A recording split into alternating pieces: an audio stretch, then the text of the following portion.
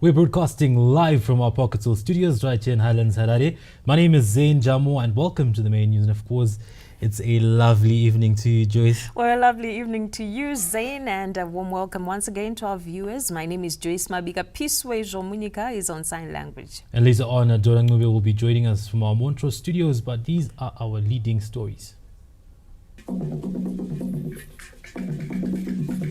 The SADC Council of Ministers ordinary session ends with a major highlight being notable progress made towards regional development. The business community commended for its commitment to national development. That's coming up in business news. And in sport, Ngezi Platinum Stars stun Harare-based Scotland 1-0 in a PSL Matchday 3 encounter at Rufaro Stadium. Well, those are the leading stories in this bulletin. Our first report. The SADC Council of Ministers ordinary session has ended at the new Parliament building in Mount Hamden, with deliberations focusing on strides made towards regional development. Olindori with our first report. Delivering his closing remarks, Chairperson of the Council, Professor Amon Murwira, noted that progress has been made towards the implementation of the Regional Strategic Indicative Development Plan for the years 2020 to 2030, as well as various initiatives aimed at the socio-economic and political development of SADC. Our deliberations and the decision that we have reached reflect our collective aspirations, that of a peaceful, inclusive, competitive, middle to high-income industrialized region where all citizens enjoy sustainable economic well-being, justice and freedom. Honorable Ministers, we have addressed pressing issues including peace and security, socio-economic and humanitarian concerns. We have noted the progress made in the implementation of our Regional Indicative Development Strategic Development Plan 2020-2030 and the attendant challenges. We all agree that these challenges provide an opportunity for us to learn, rethink, re-strategize in this ever-changing international system. Meanwhile, the SADC-EU senior officials partnership dialogue also began here at the new Parliament building, with discussions centering on enhanced partnership between the two economic blocs for economic benefits. SADC assigns great importance to this platform, which allows us to reflect on the progress we have realized in our collective endeavors and explore ways to strengthen our ties for mutual benefit. Excellencies, distinguished partners, we are pleased to note that the progress made in implementing the Africa-Europe Investment Package, which has allocated support to SADC regional programs through the 2021 to 2023 annual action plans of the multi-annual indicative program for sub-Saharan Africa. This support is crucial for advancing our regional integration agenda. 2025 is a very important year in the context of our relations continent to continent, since we are celebrating the 25th anniversary of the first summit held between the EU and Africa in Cairo in 2000.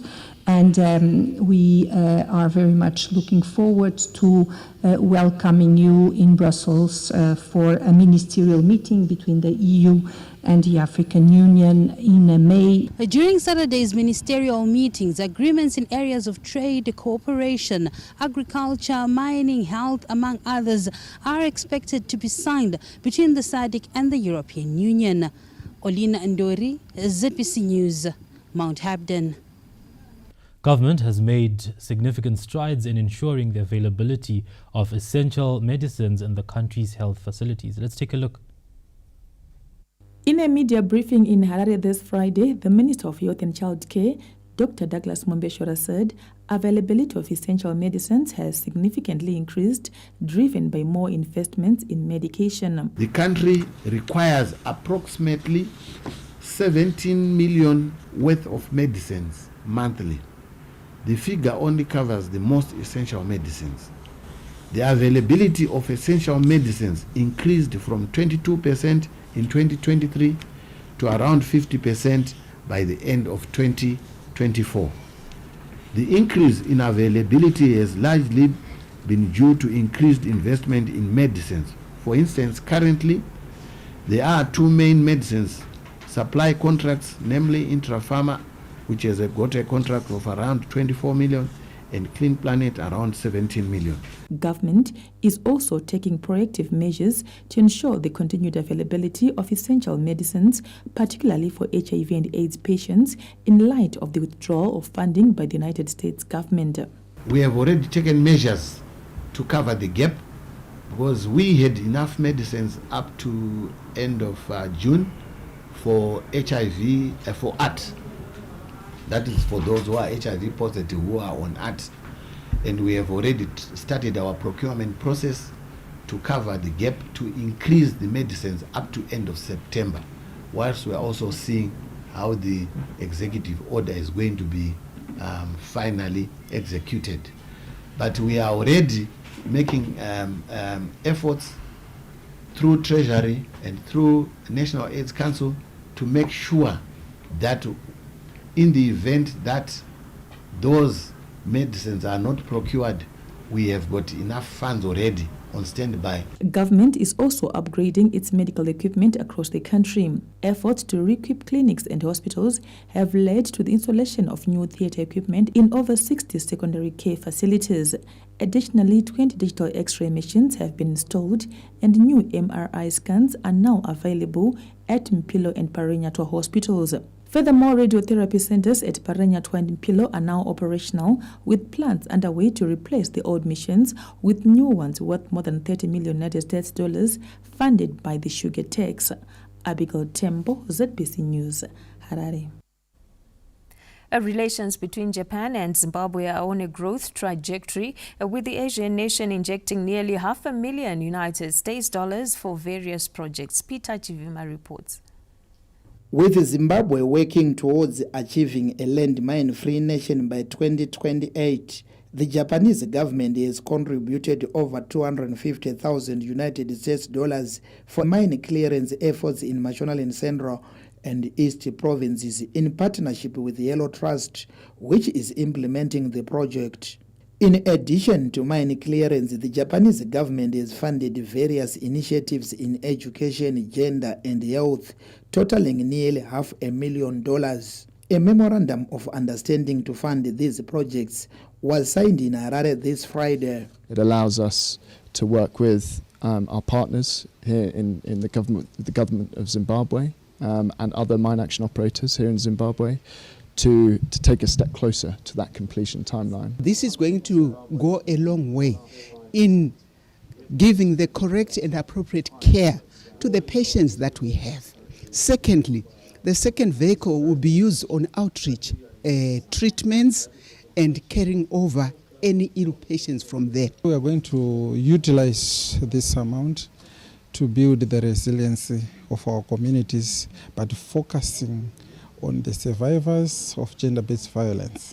Japanese ambassador to Zimbabwe, His Excellency Shinichi Yamanaka, reaffirmed his country's support for Zimbabwe's developmental agenda. The projects have very local focus. We believe in ownership of the programs by the affected, who know their problems and needs in their local communities better than us, define their own goals and how to achieve them. The Japanese government is supporting various life-changing projects countrywide, including construction of storage facilities for sesame farmers in Mwenezi district. Peter Chivima, ZBC News, Harare. The Harare Institute of Technology continues to explore new frontiers in innovation, aiming to transform industry with groundbreaking inventions. Among its notable achievements is the urban tram system, a project set to enhance urban mobility. The Harare Institute of Technology has spearheaded multiple groundbreaking projects ranging from transformer development to advanced software solutions like ERP, which is now utilized by over 80 local authorities. Traditional medicine innovations have also gained traction, while the urban tram system remains a flagship initiative aimed at revolutionizing the public transport sector. Having successfully undergone clinical testing, these innovations are now poised for expansion and commercialization. We do have a factory in Chitungwiza that is currently producing transformers. We've also produced the lithium batteries. These batteries have been developed using lithium ore from this country. The exhibition of its patented innovations and finished products has been recognized as a key contributor to attainment of targets under the National Development Strategy 1. Several other inventions that they have made were being shown to us also, which have been put to the use of companies to improve their operations, and especially payment systems in the seat councils, and in the mining industry they've also developed some machineries. What excited me most was the tram. At the last graduation ceremony of HIT, we saw images in the newspaper of the president, Dr. Emerson Dambudzo Mnangagwa, sitting in this tram, and we were very excited. It uses the rails, it can use electric power, so that is a major feature which they are seized with right now, to try and do things that will commercialize it. Development of the urban tram system is expected to proceed after the launch of the trial system. I'm happy to say that the capacity to further develop this into a commercial entity is abound. We will proceed now to start the production of trams. The ministry, the government is fully behind us and they are supporting us. Harare Institute of Technology continues to position itself as a leader in research and innovation, with projects aligning with national development goals. As the tram system nears implementation, experts anticipate it will alleviate congestion, reduce carbon emissions, and promote economic growth through improved connectivity. Wellington Makonese, ZBC News, Harare.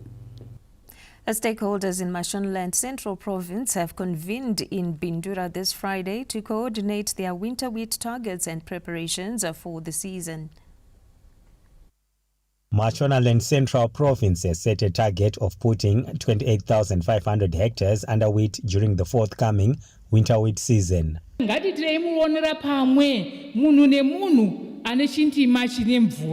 Akwanise kuita wheat ticontribute ku national target yedu. Susu se Ministry of Lands, Agriculture, Fisheries, Water and Rural Development tiripo kukubatsiridzai kuti mukwanise kurima wheat iyoyi. Mashonaland Central Minister of State for Provincial Affairs and Devolution, Honorable Christopher Magomo, praised wheat farmers for being patriotic by contributing to the national targets, hence a recommendation for them to be prioritized on the allocation of title deeds. Ndimi vanhu vacho vanorima wheat. Ndimi mafarmers achari loyal. Ndosaka ndati we must find a way of rewarding you because of your resilience that you are showing. Kuti besides kuti isuwo pano napo zvinombonetsa kuti tikubhadharai timelessly, but muri kuramba muchirima wheat. Tinokutendai zvikuru. Bindura farmers who produced 29% of wheat in the province last year aired their challenges, especially erratic power supply and water shortages. Tikutarisira kuti ma-inputs akauya on time, then kana ma-inputs auya magetsi anga aripo on time. Nekuti pane dzimwe dzenguva dzekuti magetsi anoita sei anoenda apa muri pakati pekurima. Our main challenge yatakaita last season yanga iri yes. Magetsi akapedzisira kuuya for 4 hours, and most of our farmers are anama pivots, but with a lateral irrigation system. The biggest concern this year is that there's no water. Mwenji Dam has got nothing, and we don't know how we're going to grow the wheat. What I would hope is Bindura Dam has been on the cards for years to be built. If that dam gets built, we will have extra water on the river. Farmers urged government to address the issue of mining along the Mazoe riverbed as it is affecting water supply, with government recommending that reports be made quickly so that identified culprits are brought to book. Tapiwa Machemedze, ZBC News. Government says it remains committed to accelerating implementation of the Beijing Declaration and Platform for Action through supportive policies that contribute to sustainable development. Delivering Zimbabwe's national statement at the Commission on the Status of Women's 69th session in New York, Women Affairs, Community, Small and Medium Enterprises Development Minister Senator Monica Mtongwa emphasized the key role of women in various fields and government strides in promoting their empowerment. To combat gender-based violence, we have consolidated marriage laws to ensure equal rights of spouses in and out of marriage and setting the minimum age of marriage at 18 years. As part of the session's activities, Senator Mtongwa also participated in a side event hosted by the World Bank on multi-sectoral approaches to empower adolescents, where she articulated the importance of strengthening their healthcare, education and economic opportunities. The empowerment of girls and young women is not only a matter of equity, but a catalyst for transformative development, together by ensuring access to education, healthcare, economic opportunities and social justice. We can create a world where every girl can thrive and every young woman can contribute to her community. Zimbabwe also hosted an intergenerational dialogue with notable speakers stressing the importance of upholding the legacy of the Fourth World Conference. Over the past 3 decades, Zimbabwe has remained steadfast in its dedication to this agenda, implementing legislative reforms, policies and targeted programs. The Zimbabwe Women's Parliamentary Caucus has taken a bold and commendable step by engaging with young women across Zimbabwe to encourage them to join politics and strive for gender equality in parliament. We have to rediscover our African culture. Intergenerational dialogue is not just a conversation, it is a bridge, one that connects the wisdom of the past with the energy and innovation of the present. Meanwhile, Senator Mtongwa also held bilateral meetings with the AU Special Envoy on Women, Peace and Security, Benita Diop, where discussions centered on ways to enhance cooperation in the area of women empowerment. They also discussed preparations for the upcoming African Women and Leadership Conference and Awards, which Zimbabwe will host later this year. Back home, government says the country's foreign policy doctrine is crucial in propelling the engagement and re-engagement agenda. Presenting a lecture at the Zimbabwe National Defense University this Friday, Foreign Affairs and International Trade Minister Professor Amon Murwira said the doctrine provides guidelines in how Zimbabwe engages with the international community. In the Second Republic, Zimbabwe desires to establish a stable and mature foreign policy. The foreign policy of Dr. Idi Mnangagwa, who is our president, he says we need a mature foreign policy, mature diplomacy. It means we cannot be characterized by policy reversals. He added that the economic diplomacy thrust through trade promotion body Zimtrade is gaining traction. The ultimate objective is the identification of opportunities for trade, investment, economic growth, peace and security. In addition, we are enhancing our foreign policy elements to refocus our diplomatic resources to suit Zimbabwe's ever-evolving interests. The foreign minister also revealed that by opening new embassies, government is strengthening cooperation with friendly countries for broader economic growth. Olina Ndori, ZBC News, Harare. The Zimbabwe Prisons and Correctional Service is set to introduce a new parole system starting in June this year, marking a pivotal shift towards supporting offenders in their transition back into society. Let's take a look. The Zimbabwe Prisons and Correctional Service is collaborating with regional and international experts to implement a structured parole system set to begin in June this year. The parole system is a conditional release of prisoners from custody, allowing them to serve the remainder of their sentence in the community under supervision. To discuss the modalities and gain insights, a 3-day engagement was held in Harare, featuring delegates from Zambia, Namibia, and the Raoul Wallenberg Institute of Human Rights. In the long run, when you have a proper case management assessment of inmates and then a proper assessment with regard to possible release on parole, as well as ensuring support of the inmate violates on conditional release, the success rate will be effective in reducing risk. The interaction that we've had, I think, highlights Zimbabwe's Zimbabwe Correctional Services commitment to, I think, attaining best practice in the practice of parole, and we are very positive that the route they've taken will produce, I think, best results. The new parole system will operate under the State Parole Board, which will evaluate inmates based on criteria such as good conduct, self-discipline and responsibility. We are going to guarantee you that we're going to do a good job in making sure that the parole regulations are in line not just with our constitution but also with the international laws. ZPCS Commissioner General Moses Chiwovu believes the parole system will significantly reduce overcrowding in local prisons. We found it necessary first to have a framework where we can start working the parole system. We invited also our rehabilitation officers from all provinces to come and participate. Decisions regarding the early release of an inmate can also be made by the President, the Commissioner General of Prisons, or the Minister responsible for prisons and correctional service. The parole system aims to help prisoners reintegrate into society and ease the burden of the prison system. Peter Chivima, ZBC News, Harare. You are watching the main news. Remember to visit our website for these and more stories in detail. Our website is www.zbcnews.co.zw. Or you can get in touch with us on our social media handles, that is at ZBC News Online. Here are stories to come in this bulletin.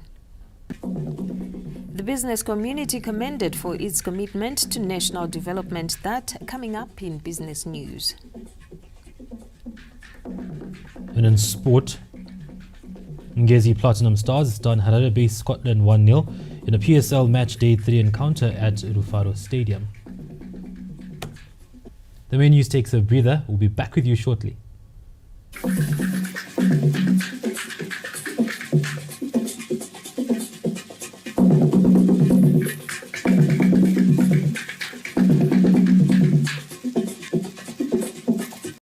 Stroke of genius! Introduce the stroke of genius. Oh! Zimbabwe yakuzosimuka manje. Stroke of genius and rukureva chera. President E.D. Mnangagwa vari kupa mabankable, registrable and transferable title deeds na every farmer akapuwa munda pa land reform program. Takanga takapuwa minda asi takanga tisina simba rekupinda mumabhengi semama mumabusiness kuti tipewo maloni akachipa tatakuwara nezvimbazo mani.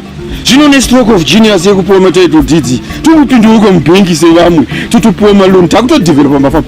Saka kuduza kuti land yese yatone value. Ende ukapuwa title deed iroro chera. Mundu wako uchatoreki yatova nhaka yevazukuru nevazukuru. Ndo zvinoda fama manje izvozvo. Security of tenure. Iwe pandiri panapa ndakutokwanisa kutopa vana nhaka kuti chidimu chako ichi chemunda chidimu chako ichi. Exactly. Zvichifambiswa sei? President E.D. Mnangagwa igenius manje. Vakabva vati kuti zvinyatsofamba negwara rakatwasanuka zviri transparent. Ndobva vagadza inonzi Land Tenure Implementation Committee iri kushanda nemo mumapazi ehurumende. Alright. But iwo unozviziva iwo kuti kune maland barons akazara ukanopamba minda dzevanhu. Dai vatoregera zvavo. Ndiwo kopo usiri kudiwa na President Mnangagwa iroro. Ndio saka Land Tenure Implementation Committee yakati ngatishandisei ma-ID numbers, number dzepachitupa kuti munhu haakwanisi kuva nemafamu maviri. Plus Land Tenure iyi committee haisi kupa minda patsvayo. Iri kutwasanudza pakupiwa kwema-title deeds. Alright.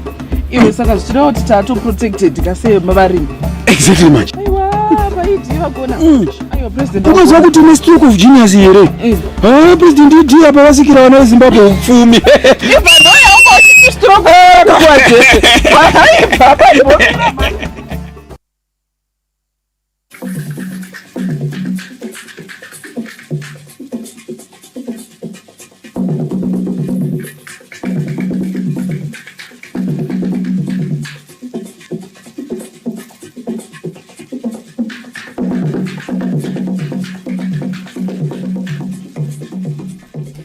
Welcome back. You are still watching the main news. In one of our developing stories, 2 more bodies have been recovered following the breach of Bandama Dam in Chipinge on Sunday, bringing the number of recovered and identified bodies to 7. The search party for the 7 children swept away by water during the Bandama Dam disaster in Chipinge on Sunday has been successful after 2 more bodies of children were discovered this Thursday, bringing the total number to 7, which was also the number of missing children. The local leadership confirmed the development, revealing that all the 7 have been laid to rest. The last 2 bodies of the kids that were washed away following the breach of the Bandama Dam have finally been found, bringing the total number of the deceased to 7. 1 was found close to the area where she was swept away. The other one was found close to 5 kilometers away. I think that this will now bring closure to this said development. Vana ava vese vari 7 vakwanisa kuvigwa nerubatsiro runobva kuhurumende pamwe chete nema-members of parliament anosanganisira Raymond Machingura neni Honorable Lincoln Liwayo, uye nerubatsiro rwanga ruchibvawo kuma-councillors vanoti councillor Pearson Stole Ward 10 na councillor Liwayo Ward 7. The breach of the 850 megaliters Bandama Dam in Chipinge saw huge amounts of water sweeping away 7 children, livestock and property. Kenya Stivuje, ZBC News, Chipinge. We now connect you to our Montrose studios where Dora Ngube is on standby. It's a lovely evening to you, Dora. Thank you so much, Zain and Joyce. A lovely evening to you and a lovely evening to our viewers. We continue with the main news. A group of South African tourism agents is in Victoria Falls for a familiarization tour as part of the strategic deployment of tourism attaches to key international markets. Last year, government deployed tourism attaches to key markets such as India and South Africa to help market the country to the world. Through the efforts of these dedicated professionals, a group of South African tourism agents arrived in Victoria Falls this Thursday for an immersive 3-night familiarization tour aimed at showcasing Zimbabwe's premier tourism destination. The local tourism players are optimistic on the positive impact that comes with such an initiative. Vic Falls just been one of the 7th wonders of the world. It's not a very long flight, and an hour and a half, or like today with us, we had tailwinds. This was an hour and 10-minute flight from South Africa. South African passport holders don't need visas, so it makes it a quick stop, as opposed to flying to Cape Town, which is a 2-hour flight from Johannesburg. Here was a quick flight up to Vic Falls. And to showcase, especially at this time of the year, it's still sort of shoulder season, so it's a good opportunity. There's some good value for money properties and excursions to have at Vic Falls. The South African market is very important from our side as players who are in Victoria Falls.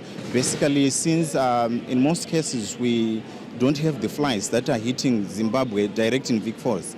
And when we have got the players who are in South Africa, that's the first point of call, whereby we have got agents and clients actually who are landing there in South Africa before they come over here into Vic Falls. So it's actually an itinerary that will be connecting all the way from South Africa and at the same time be seeing Victoria Falls, which is also one of the 7 natural wonders. The initiative is a strategic collaboration between the Ministry of Tourism and Hospitality Industry, Airports Company of Zimbabwe, Zimparks and other key players in the tourism private sector.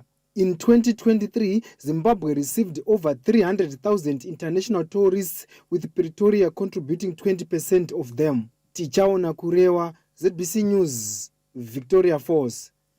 The Parliamentary Portfolio Committee on Mines and Mining Development has unearthed potential criminal underhand dealings at the Bubi Small Scale Miners Association milling plant in Matabeleland North. The Bubi Gold Milling Plant was set up as a joint venture between the Zimbabwe Mining Development Corporation ZMDC and local miners in the area. The ZMTC holds 60%, while 40% equity was given to the local community. Government then injected $3 million into the project in the form of a loan which has since been paid off. Milling started in 2018, and the miners say to date they have produced 17 kilograms of the yellow metal. When the Parliamentary Portfolio Committee on Mines and Mining Development visited the area this Friday, questions arose on how the venture managed to pay off the loan after only delivering 17 kilograms of gold to Fidelity Gold Refinery. The community raised a cocktail of challenges at the venture. As we see now, we are one artist who vandalized. Tina beneficiaries will never gain what we were supposed to be given. As communities, we're expecting this thing is going to develop our district. But truly speaking, this thing died before it was born.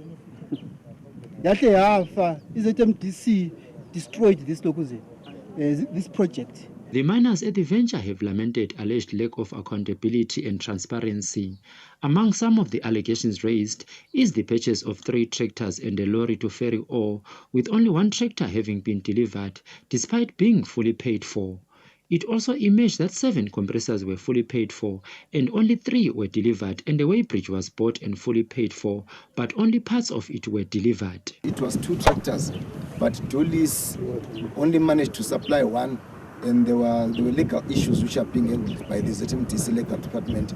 There's also fine yields investments which were supposed to supply Tata truck. They didn't supply even though they'd been fully paid. So it's another issue. As the scheme encountered problems, the community also reportedly pulled out, and it has also emerged that the plant was only switched on when the management head of the portfolio committee visits. This project looks abandoned because there's nothing happening here, as you can see. We've realized that the management from this area had to hire people today, knowing that the portfolio committee was coming here today. They had to hire the youth around to come and clean up the area, just to cheat the committee. It also emerged the participating community members are now taking their ore to other millers for processing. Mhlomuli Ncube, ZBC News, Bobi. Government is set to strengthen and capacitate the 3-tier resettlement model in Matabeleland South to boost livestock production and spur the province towards a Vision 2030. The land reform program is irreversible. This is evidenced by the realignment of the land ownership policies by the Second Republic. One such policy alignment is the strengthening and capacitation of the 19,000 hectares Wanez block farm that was allocated to the people of Insisa as an additional grazing area for livestock production.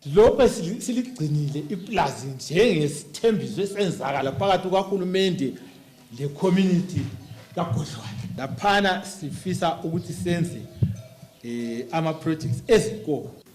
I-government yakwaya amaplazi aba eseduzane lama communal areas zethu. Baphinda ba-allocate amaplazi wona lawo kuma communities strictly for grazing. The local leadership is convinced the realignment and strengthening of the 3-tier model Vision 2030, after 6 months, mnotoona kwatiwa ne change. Ukhulule umoya kagodlwayo. Nge-3-tier le besintenga sidlela egilweni njengenyoni. Speaking after touring the Wanezi block this Friday, the Minister of Lands, Agriculture, Fisheries, Water and Rural Development, Dr. Enshas Masuka, reiterated government's stance that the land reform program is irreversible. President, vati munhu wese anevu akuti ratakatora kubva kuvarungu kusiya ramadzimambo riri kumamisha kuno rana mambo Madhuna taakumpa gwaro rinozi title deed. Mapanzwisa. Saka president vari kuti kana uri pa-A1 title deed, kana uri pa-A2 title deed, kana uri pa-3 tier title deed.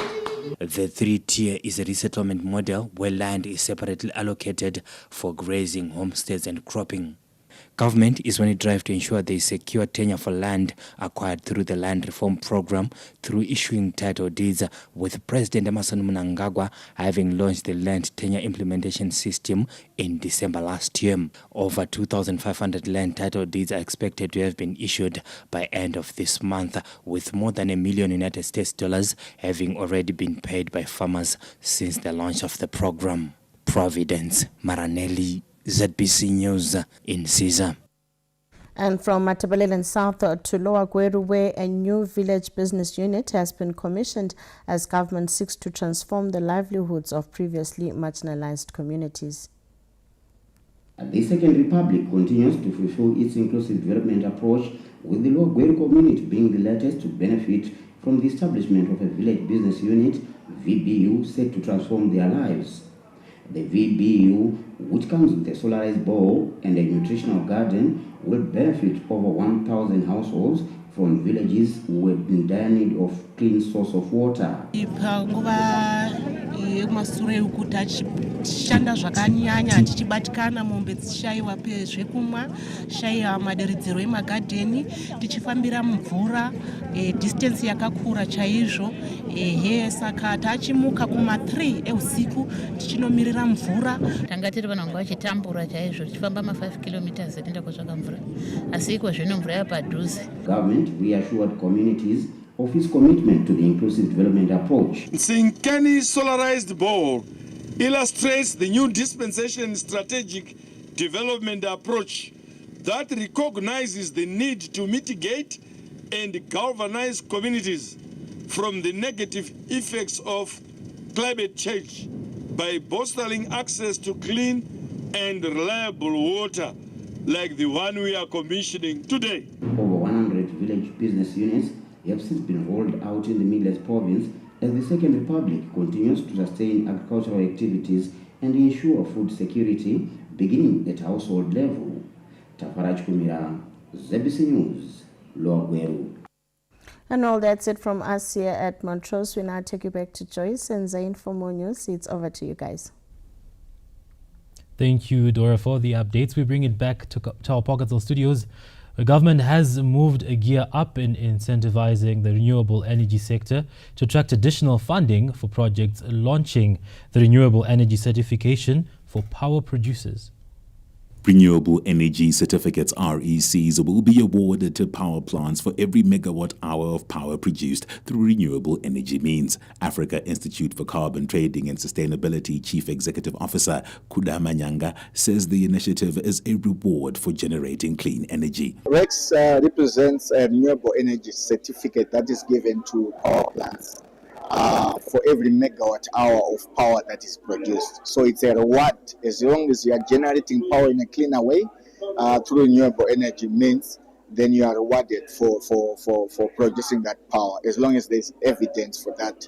So the government is really committed to ensuring that we create a conducive environment for power being produced and meeting the energy demands so that there is what we call addressing energy poverty of the country. Chief Energy Development Officer in the Ministry of Energy and Power Development, Mr. Malan Manyundo, notes that the renewable energy certificates align with government policy, incentivizing the renewable energy sector and attracting additional funding for projects. Renewable energy certificates align very well with the government policy because they will incentivize the renewable energy sector in terms of financing renewable energy projects.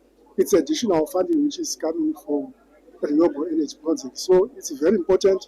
We are seeking for financing from investors, and this is one such type of investment which government really is supporting. The launch of renewable energy certificates is expected to further promote investment in renewable energy projects, thus helping the country achieve its targets and reduce reliance on fossil fuels. Farai Gwaze, ZBC News, Harare. The presidential Heifer Pass-on scheme has been lauded for empowering youths and promoting sustainable agricultural practices in Masvingo province. 28 youths drawn from all the districts in Masvingo province are the latest to benefit from the presidential Heifer Pass-on scheme amid appreciation to President Emerson Mnangagwa. Ndinonyanyofara semunhu womudzimai kuti president vatirangarirawo semadzimai havana kusarudza kuti sezvo dziri mombe regai titore vakomana chete but vatora tese vabata masaiti ese. Head yedu senyika ichakwirira nokuti breed yakasiyana nedzimwe dzatati nadzo patinoenda nayo kumusha kwachivi ndozva tinotangawo imwe new breed.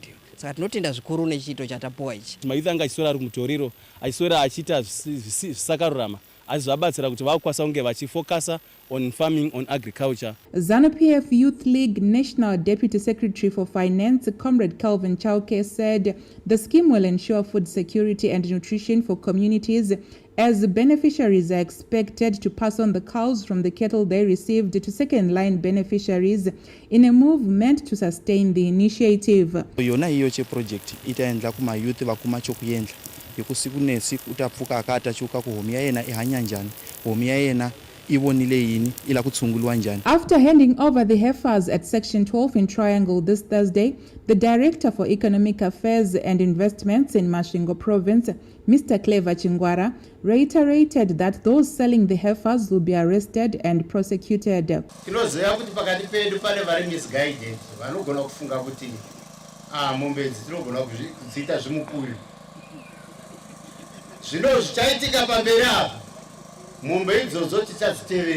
Since its inception, the Second Republic has been spearheading various empowerment programs for youths and women in line with its inclusive development agenda.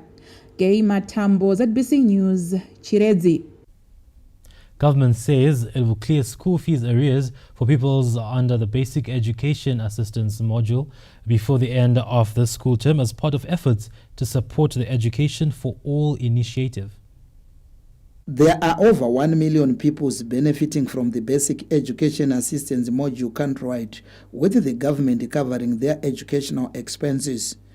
Officiating at Belvedere Junior School in Harare this Thursday, where an early childhood development classroom block was commissioned, the Minister of Primary and Secondary Education, Honorable Torerai Moyo, highlighted the government's commitment to clear fees arrears under the BEAM program. The government is committed to fulfilling its obligation of paying BEAM funds, and before the end of this term, end of first term, the government will provide BEAM funds for all the schools in Zimbabwe. Honorable Moyo and Belvedere Junior School authorities also highlighted the importance of prioritizing the foundation of the country's education. It is important to catch them young. Learners, they need foundational skills for future endeavors. It is a must that every child should access early childhood development A and B, and the instruction should be learners must be taught in their mother languages. ECD plays an important part in giving order to the child. You will see that a child who did ECD is different from one who did not do ECD in terms of being organized, in terms of development. The developments come at a time government is in the process of recruiting teachers as part of a broader initiative to employ 8,000 educators this year and aiming to improve the teacher-learner ratio and enhance the overall quality of education across the country. Peter Chivima, ZBC News, Harare. The main news will take a break now. Join us for business news when we return.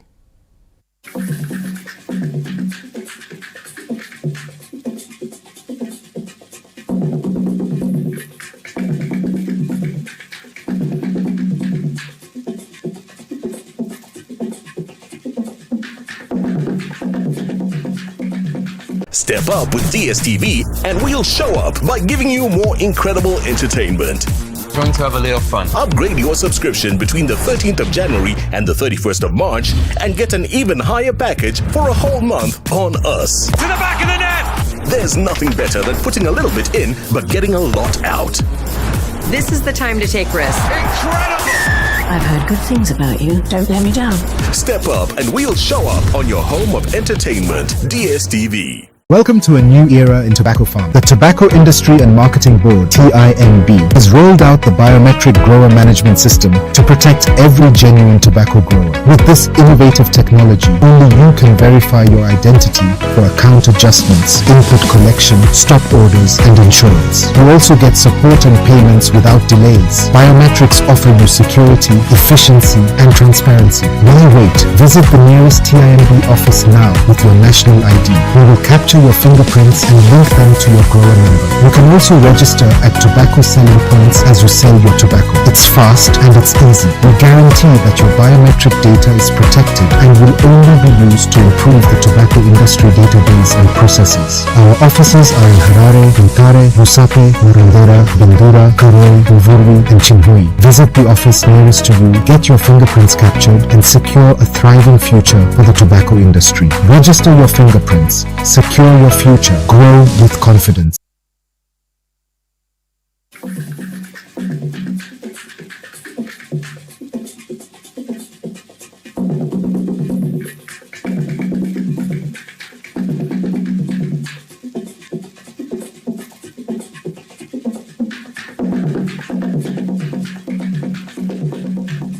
Thank you for staying with us.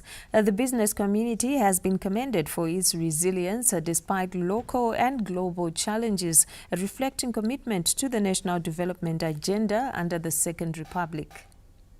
Officially opening the third edition of the 2025 Zimbabwe Business Expo in Harare this Friday, Vice President Kembo Mohadi, who was represented by Permanent Secretary in his office, Dr. Benson Dube, said that the resilience by industry and commerce reflects a commitment by Zimbabweans to work towards economic progress in line with national aspirations of yearly growth rates of above 5%. Allow me to underscore that together we can create a vibrant business environment that uplifts our communities and positions Zimbabwe as a leader in innovation and industrial excellence. Let us transform challenges into opportunities and build a legacy of success for future generations. Reserve Bank of Zimbabwe Deputy Governor Dr. Jasmine Chipika reaffirmed that the monetary authority's commitment to stability. The Reserve Bank has been implementing the monetary policy objectives sequentially to ensure lasting stability, certainty in the monetary environment, predictability in monetary issues and financial affairs. Because if we have a financial system where even yourselves as business people, you don't know what the value of your goods are tomorrow morning, you cannot operate business. The Zimbabwe Business Expo provided a platform for captains of industry and commerce to identify opportunities, challenges, and propose solutions. It also focused on milestones in the mining, agriculture, manufacturing, energy, and distribution, among other sectors of the economy. Stanley James, ZBC News, Harare. From business, we switch to the arts, where Zimbabwean short music film titled Kare Kare Zvako has been selected for preservation in one of the world's top film archives in Switzerland. Set in ancient times, Kare Kare Zvako tells the story of a woman's struggles to take care of her family during a time of famine. Co-producer of the film, Olaf Koschk, highlighted the significance of the film, which was produced in 2004. Kare Kare Zvako Mother's Day was done in 2004, and that was quite significant because it was the first Zimbabwean film that actually was made not by development aid money funding, but with cultural funding. The film was selected for, I think, two reasons. First of all, in Zimbabwean cinematic history, I think it was important to have a Zimbabwean film that had a very innovative style of storytelling. You can see a lot of elements of like community theater and other elements that were really authentic Zimbabwean to tell the story of the film. Director of the International Images Film Festival for Women, Edisenia Wende, emphasized the importance of authenticity in storytelling. I think this is very significant to Zimbabwean filmmaking because you need to be authentic when you're telling a story. Each society has a way of telling stories. So we need to be very authentic without any control from anything. With its selection for preservation, Karakare Zako will be safeguarded for future generations, serving as a testament to Zimbabwe's rich cultural heritage and innovative filmmaking spirit. Farai Gwaze, ZBC News, Harare. And that's our look at the arts, taking us to a break. When we return, we join Anna Shemrombedzi in the Sports Corner. Stay with us.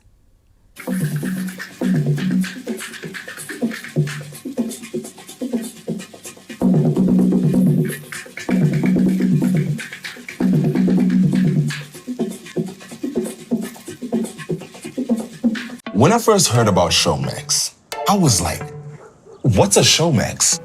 No wires, no extra gadgets, no watching at this time or that time. That's because Showmax isn't a TV channel. It's a streaming service. That means all you need is the internet and something smart, like my phone.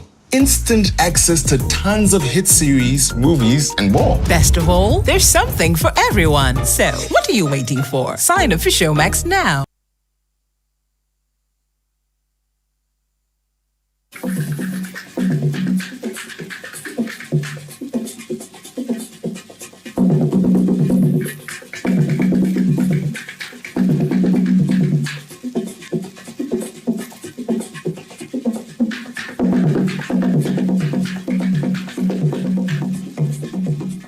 Welcome to the Sports Corner. Anna Shemrombedzi here with the latest in the world of sport. And Ngeze Platinum Stars stunned flamboyant Harare side Scotland 1-0 in a Castle-Lager Premier Soccer League Match Day 3 encounter played at Rufaro Stadium this Friday.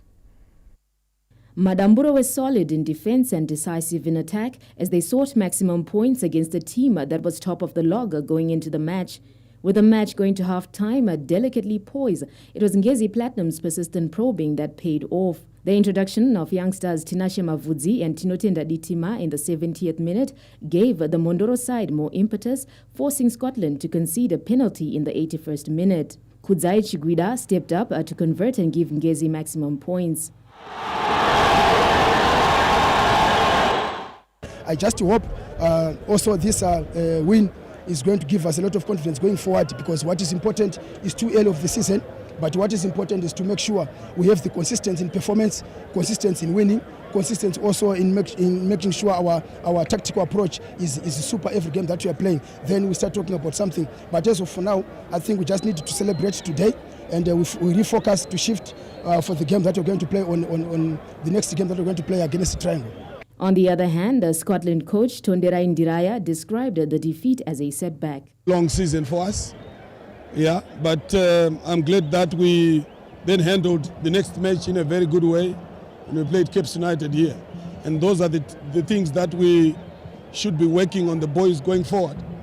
Like you have rightly said, it looks like we are becoming a team to beat, and once that has happened, we need to reorganize ourselves. We have to be strong mentally and push in every game that we're going to play. Action continues on Saturday as attention shifts to the Greenfield Arena, where Greenfield host Highlanders. Elsewhere, defending champions Simbabora host Herentals at Wadzanai Stadium, while Dynamos face off against Tel 1 at Rufaro Stadium. Chicken Inn will also be in action against FC Platinum at Luveve Stadium, while Moors have a date with Yada at Baobab Stadium, and Kwekwe United clash against Bikita Minerals at Bata Stadium. On Sunday, the action continues with Manika Diamonds hosting ZPC Kariba at Sakuva Stadium and Triangle host Caps United at the Greenfield Arena. Meanwhile, the league will take a temporary break after match day 3 to allow the Zimbabwe national football team, the Warriors, to prepare for their upcoming 2026 World Cup qualifiers against Benin and Nigeria. The recently promoted women football team Red Buffalo Queens are racing against the time to raise 1,500 United States dollars required for them to participate in the Women Premier Soccer League this season. At the end of last year, Chitenderano community in Manicaland province celebrated the promotion of a community women's football team to the Women Premier Soccer League. A few months later, however, it is all looking gloomy for the rural area-based team that is made up of largely students from Nyamizi Secondary School. Red Buffalo Queens are on the brink of missing out on rubbing shoulders with the big girls in the top flight amid revelations that the team is struggling to raise $1,596 in affiliation fees, which should be paid by the 31st of this month. Taifara kuti tapinda mu Premier League but tisingazima requirements anotarisirwa kuti akamira sei, but tapinda imomo takafara zvikuru kwazvo kuti wana wedu wakaita zvinhu zvinodadisa. Pari zvino kune zviri kutarisirwa kuti zviitwe zvakafanana na affiliation, ma uniform, ma jersey, ma kits ne ma grounds zviri kutarisirwa kuzifa. With 2 weeks before the deadline for the payment of affiliation fees, authorities seem to be losing hope by each passing day, and it will be a huge blow to the girl child. Tikufara kuti takapinda mu Premier but taita matambudziko akawanda. Chekutanga ndechekuti ground redu ratikutambira newana iri rakakondemwa unzi ariti, saka tiri kutofana kutravela kuenda Marusapi kunoshandisa vhengere. Chinova icho challenge hombe kuti kutoenda Marusapi tichiri ku Eastern region pamwe pacho tomboita matambudziko ekuti wabereka waigona kushaya mari $3 ekutoti mwana apinde Marusapi. Asi shungu dzedu ndedzekuti ku Premier tiri kuenda affiliation chaichai 1,500 hatisati anayo. Chido chekusaina ma players chiripo, asi chinoti limiter is the financial resources yekuti tikwanise kuona zvinhu zvakaita sana club house yekuti titore ma players taunze padhuze vachibva kuma areas ari kure nesu. Despite the seemingly gloomy situation, morale is high within the team's camp, with the players believing in miracles. Takutarisira kuti tofanirwa kukwirira sezvo takudenga dai tombotambirawo national team kuti tinotoshuwirawo kutambo chitobudawo kuenda kune dzimwe nyika. Tanga kutamba bhora ndiri form 1. Isusu qualify kwatakaita kupinda mu Premier League takatamba nesimba bose ezoti bhora neupenyu kumberi. Ndakatanga kutamba bhora last year but 1 tine 15 years. Bhora ndoda kuti win mu Premier matapinda. If that one match passes without any positive news, it will be a huge blow not only to the girl child but to the rural community that had embraced the sport as an empowerment tool. Kenya's Sivuje, ZBC News, Makoni.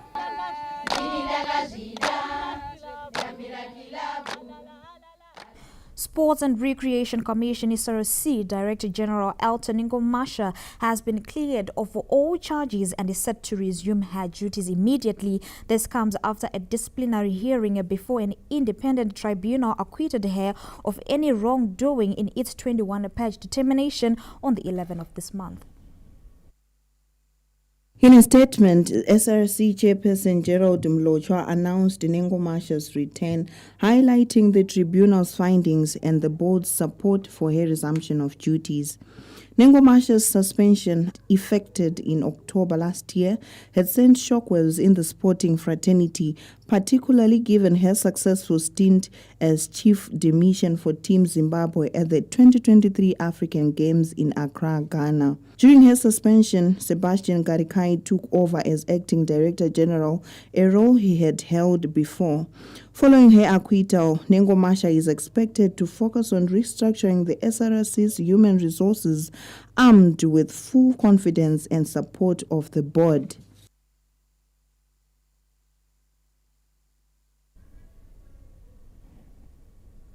The Zimbabwe Rugby Union has appointed Nsikelelo Sibanda as the new head coach for the national women's rugby team, the Lady Sables.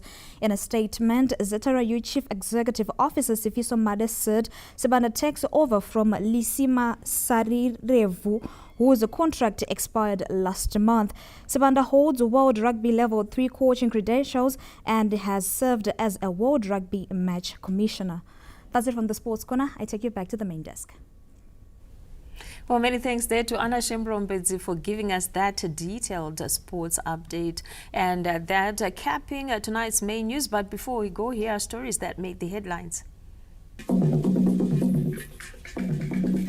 The SADC Council of Ministers ordinary session has ended with a major highlight being notable progress made towards regional development. The business community has been commended for its commitment to national development. And in sport, Ngeze Platinum Stars stunned Harare-based Scotland 1-0 in a PSL Match Day 3 encounter at Rufaro Stadium. Well, that caps tonight's bulletin. From the crew behind the scenes and all of us here, good night. Good night.